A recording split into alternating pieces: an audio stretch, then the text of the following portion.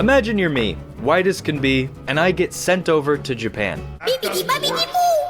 But not to like Tokyo, I get sent way up north to a small city in Aomori Prefecture, in the middle of nowhere.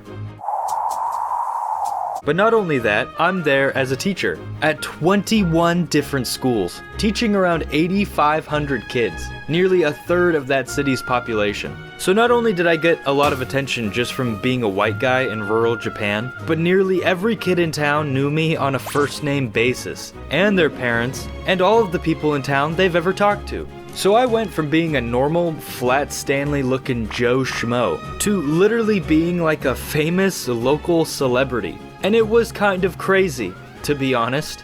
For example,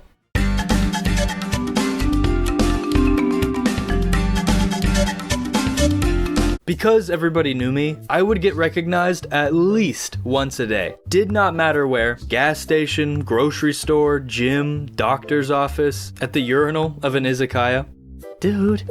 And it would have been one thing if it was just a little smile and wave, say hi, go about your day. But dude, people would stop me for pictures, like all of the time. The amount of random people's pictures I'm in is simply staggering.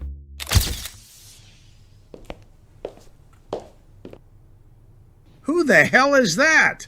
One of the other things that the kids did especially was ask for my autograph. So not only was I taking all these pictures, but I was constantly signing stuff. And when it was just like a paper or a notebook, that was fine. But some of these kids would ask me to sign their backpacks, their shoes, the backs of their phones.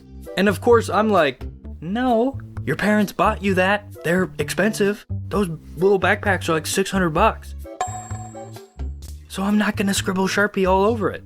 And I'd look to the parents or teachers to help me explain that to the kids. But these people would be like, no, it's fine actually. Go ahead. No, go ahead. That would be great actually. like, what do you mean? I don't wanna do that. But I did do that. And now some poor kid will always look back and wonder why his bicycle helmet has my signature on it.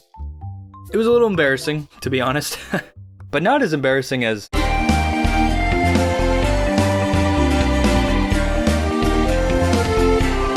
So having no anonymity got pretty tough, since everything you do gets shared with the entire town. This one night, I had to go to a drugstore to purchase an important nighttime product that comes in a small box that helps contain, gentleman's relish.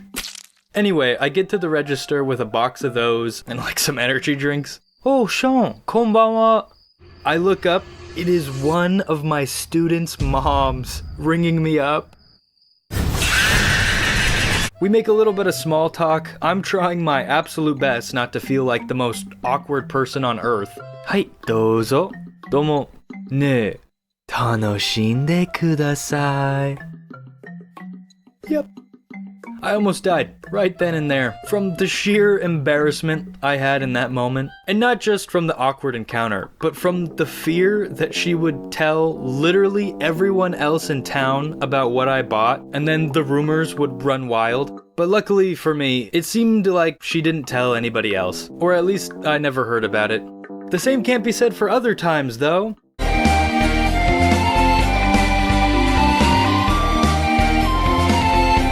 Now, I know it probably seems like I'm being paranoid, but people in town would literally gossip about me all of the time. I would go to the McDonald's that we had there a lot, and before I hear any judgment, yeah, I love Japanese food too, but sometimes I just wanted a burger, okay? But during a time when I was working out a lot and trying to dirty bulk, don't ever do that, by the way, you just get fat. I would order like 5 cheeseburgers, fries, a drink, and just demolish that in one sitting. But apparently, the squad at McDonald's needed to let everyone know all of the details about what old Shawnee boy was up to, because when I went to work the next day, first thing in the morning, a teacher comes up to me and says, "Oh, Sean, I heard you were very hungry at McDonald's yesterday." Yeah, thanks guys. Now everybody in town gets to know that I'm a fat ass. Awesome. Immaculate. Fantastic. Not cool.